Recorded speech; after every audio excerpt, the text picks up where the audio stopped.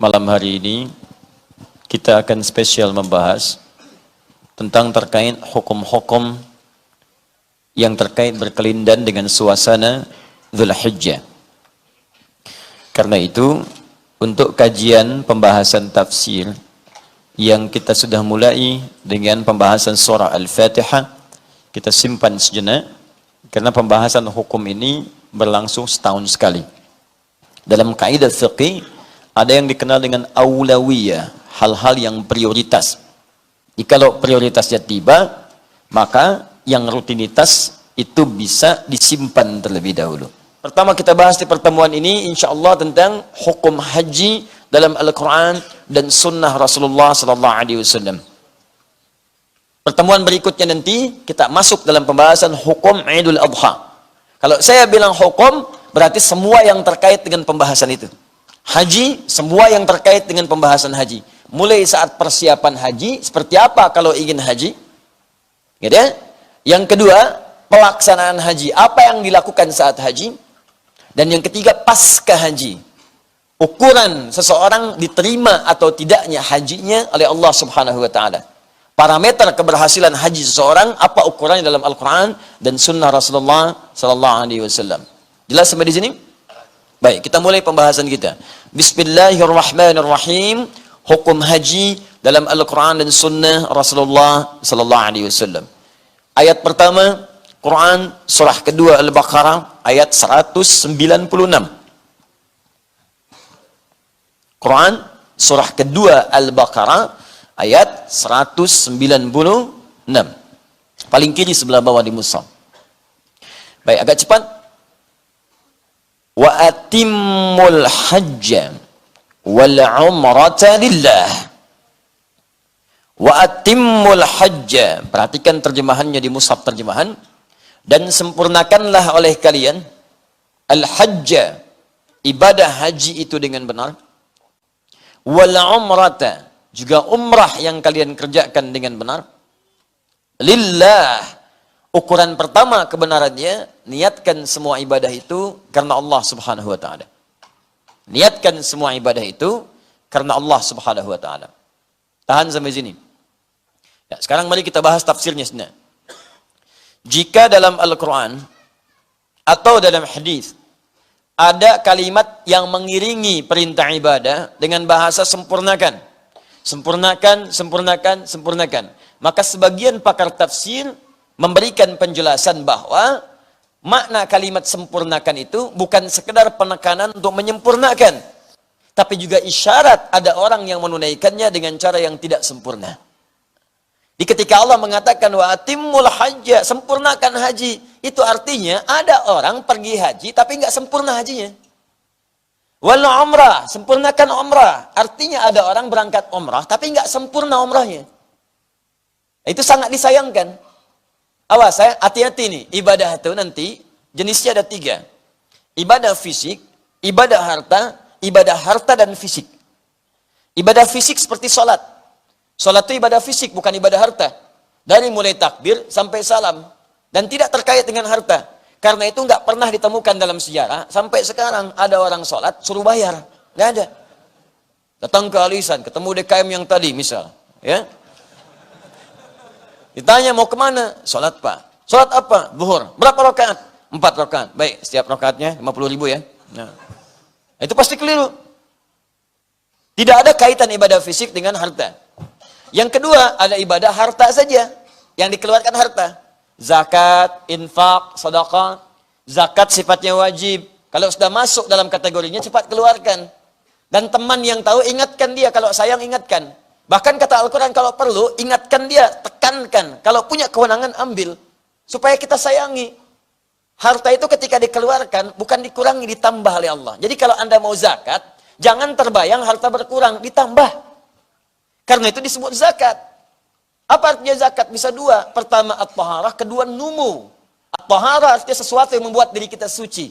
Supaya tidak terasa loba dengan urusan harta. Jangan diperbudak harta.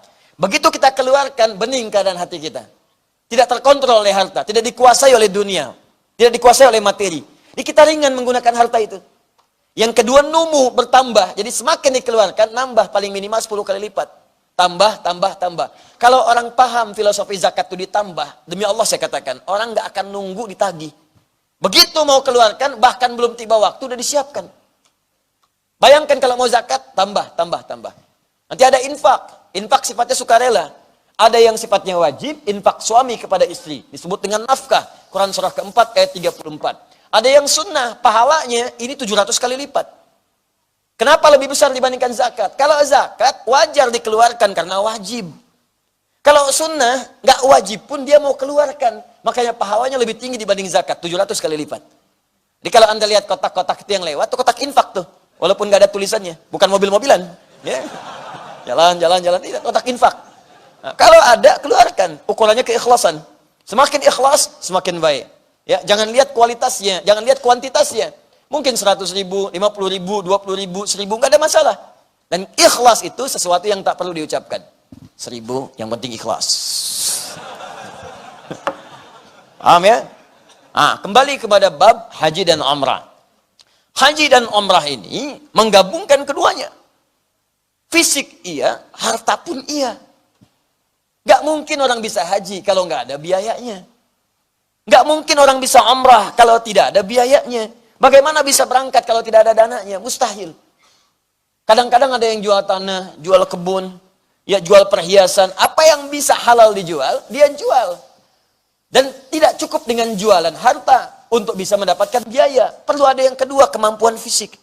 Karena ibadah yang ditempuh nanti fisikal. Tawaf, berputar itu. Ya, jangan dikira ringan.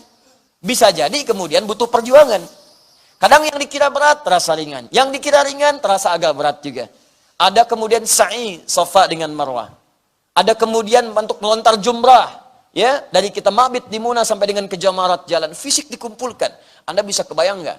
Ibadah fisik yang sholat saja, pahalanya banyak. Menggugurkan dosa 10 kali lipat pahalanya. Harta bisa 700 kali lipat. Sekarang tunjukkan pada saya, kalau dua itu digabungkan, berapa pahalanya? Makanya kata Allah melalui lisan Nabi. Nabi menyampaikan, Al-hajjul mabrur, laisa lahul jaza illal jannah. Haji mabrur itu, nggak ada pahala yang sebanding kecuali surga. Tinggi sekali. Makanya sayang kalau ada orang berangkat, nggak sempurna hajinya, sayang. Ya sholat nggak sempurna jadi ulang. Zakat nggak sempurna, sayang. Infak nggak sempurna, hilang pahala. Sekarang haji, udah pengorbanan besar. Datang ke sana kadang kepanasan, kulit kadang melepuh, kaki lelah, harta udah ditukar, segala udah hilang, tapi nggak diterima. Apa nggak sayang? Makanya kata Allah sebelum berangkat, coba pikirkan dulu, renungkan dulu, belajar dulu, supaya belajar bagaimana menyempurnakan ibadah itu. Karena urusan haji itu, urusan yang sangat penting. Bukan nggak sayang, bukan masalah mampu atau tidak. Kaya atau cukup, persoalannya sempurna atau tidak. Itu poinnya. Jangan sampai datang ke sana, tiba kemudian haji kita dipandang oleh Allah belum sempurna. Sayang, harta sudah hilang, tenaga pun sudah keluar, tapi tidak dipandang oleh Allah Subhanahu wa Ta'ala. Karena itu awal kalimat pertama sebelum berangkat haji, belajar dulu pelajaran-pelajaran fiqih untuk menyempurnakan ritual hajinya. Jelas sampai sini? Yang kedua, kalimat sempurnakan itu di Quran, itu ada dua jenis. Awas, hati-hati. Yang pertama, ada disebutkan dengan kalimat kamula. Yakmulu. Kadang dengan tambahan hamzah. Akmala yukmilu. Yang kedua, ada dengan kalimat tamam. Atamma yutimmu. Kamal dan tamam. Apa perbedaan kamal dengan tamam? Karena ketika Allah menyempurnakan agama kita menggunakan kata kamal. Quran surah kelima Al-Maidah ayat 3. Keduanya disatukan. Al-yawma akmaltu lakum dinakum wa atmamtu alaikum ni'mati wa raditu lakumul islam madina. Hari ini aku sempurnakan ketentuan agamaku untuk kalian. Tapi yang paling menarik, urusan nikmat pun harta pun disempurnakan juga. Dan aku sempurnakan nikmatku untukmu. Ketika menggunakan kalimat menyempurnakan agama, menggunakan kamal. Ketika menggunakan kalimat tamam untuk harta.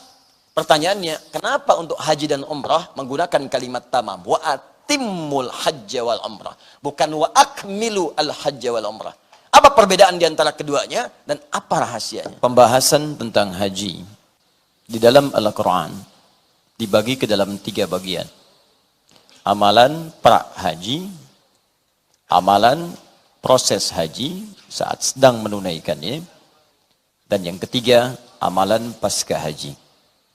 Dalam amalan pra-haji ini, pertama Allah memberikan pesan pada siapapun yang hendak menunaikan ibadah haji, baik dalam tahap persiapan, perencanaan, ataupun juga akan menjelang keberangkatan, maka pesan pertama dari Al-Quran, mesti belajar dengan baik untuk menyempurnakan haji ataupun umrah yang akan dilakukan.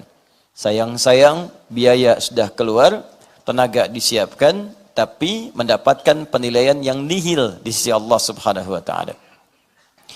Kemudian selanjutnya, kalimat menyempurnakan ini menggunakan kata tamam, derivasi kata tamam, atamma yutimmu wa atimmul hajj.